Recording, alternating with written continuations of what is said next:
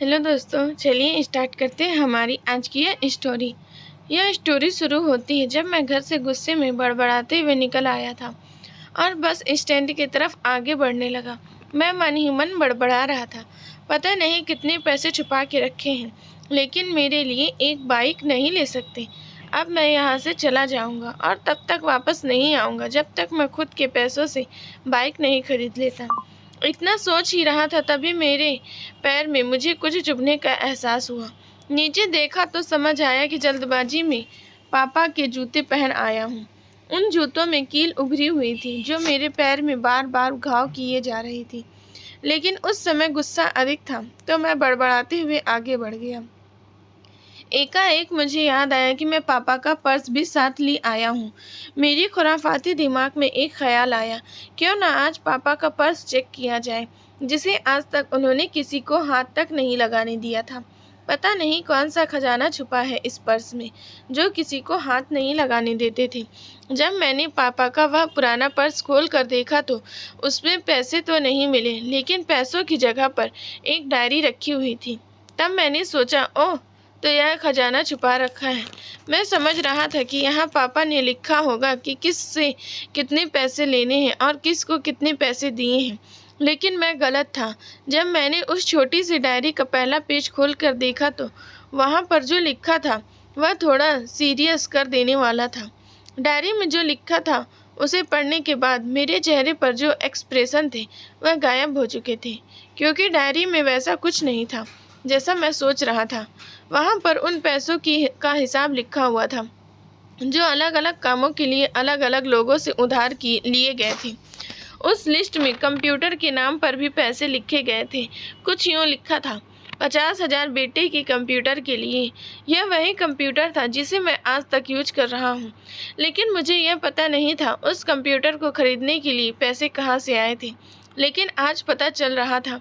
मुझे आज भी याद है जब मैंने पहली बार कैमरे के लिए जिद की थी, जो मेरे पापा ने मुझे 2 हफ्ते बाद मेरे बर्थडे पर ला कर दिया था, जिसे देखकर मैं बहुत खुश हुआ था। और मुझे खुश देखकर मुझसे भी कहीं ज़्यादा अगर कोई खुश था तो वह थे पापा। अब मेरे चेहरे से गुस्सा एकदम गायब हो चुका था। जब मैंने आगे का पन्ना पलटा तो वहाँ पर कुछ विशेष इच्छाएं लिखी हुई थी। पहली जो विश थी उसमें जो लिखा हुआ था, अच्छे जूते पहनना। यह बात मेरी कुछ समझ नहीं आई। तभी मेरा पाँव अचानक सड़क पर भरे हुए पानी पर जा पड़ा और तभी मेरे पाँव में कुछ गीलापन होने का एहसास हुआ। जब मैंने जूता उतार कर देखा तो उसका तला टूटा हुआ था। यह देखकर मुझे डायरी में लिखी बात याद आ गई। तभी मुझे माँ पापा की कई बातें भी याद आ रही थी कि कैसे माँ जब कहा करती थी पापा से, अब तो जूते पुराने हो गए हैं, नए ले लीजिए, तो पापा अक्सर यह कहकर टाल दिया करते थे, जूते अभी और चलेंगे, अभी कुछ दिन पहले तो लिए थे।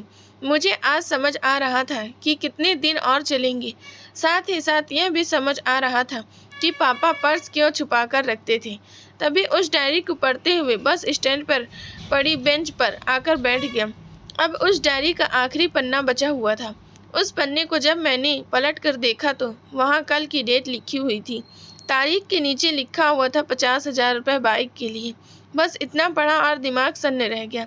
अब मेरे मन में कोई शिकवा गिला नहीं बचा था, बस मेरी आंखों से आंसू चले जा रहे थे। मुझे आज तक नहीं पता था मैं क्यों रोए जा रहा था। अब मैं जल्दी से घर की तरफ भागा, लेकिन जूतों की वह कील पाँव में अब तक घाव बनाने में कामयाब हो चुकी थी। मैंने जूतों को रास्ते में ही निकाल कर फेंक दिया और भागते लड़खड़ाते हुए घर जा पहुंचा। लेकिन पापा घर पर नहीं थे। मैं समझ गया वह कहाँ थे। मैं सीधा पास वाली बाइक एजेंसी की तरफ भागा। पता नहीं आज कहाँ से इतनी ताकत आ गई थी कि मैं भागते हुए थक नहीं रहा था, और वह भी बिना जूतों के नंगे पैर। जैसे तैसे मैं बाइक एजेंसी पर पहुंचा। पापा वहीं थे। मैंने पापा को दौड़कर गले लगा लिया और मेरी आंखों से आंसू रुकने का नाम नहीं ले रहे थे।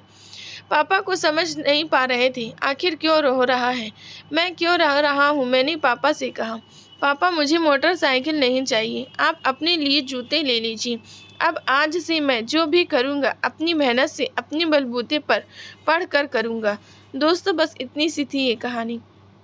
हमारी वीडियो आपको अच्छी लगी हो तो please like, share and subscribe करें। Thank you so much everyone.